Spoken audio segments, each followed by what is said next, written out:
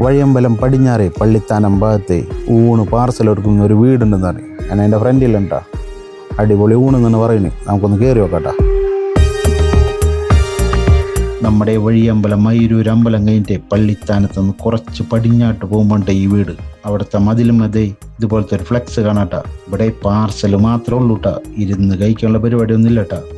ഇതിൻ്റെ ഫുഡ് ചോറിൻ്റെ ഒപ്പേ ഒരു തോരൻ, ചമ്മന്തി, പപ്പടം, അച്ചാറ്, മീൻകറി, മീൻ വറുത്തത് അല്ലെങ്കിൽ ഓംപ്ലേറ്റ് ഇട്ടാ.